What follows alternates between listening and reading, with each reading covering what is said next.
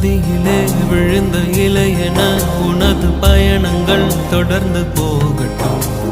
அலைவரும் அடுத்த திருப்பத்தில் உனது கரை எதிரிலே தோன்றிடும்.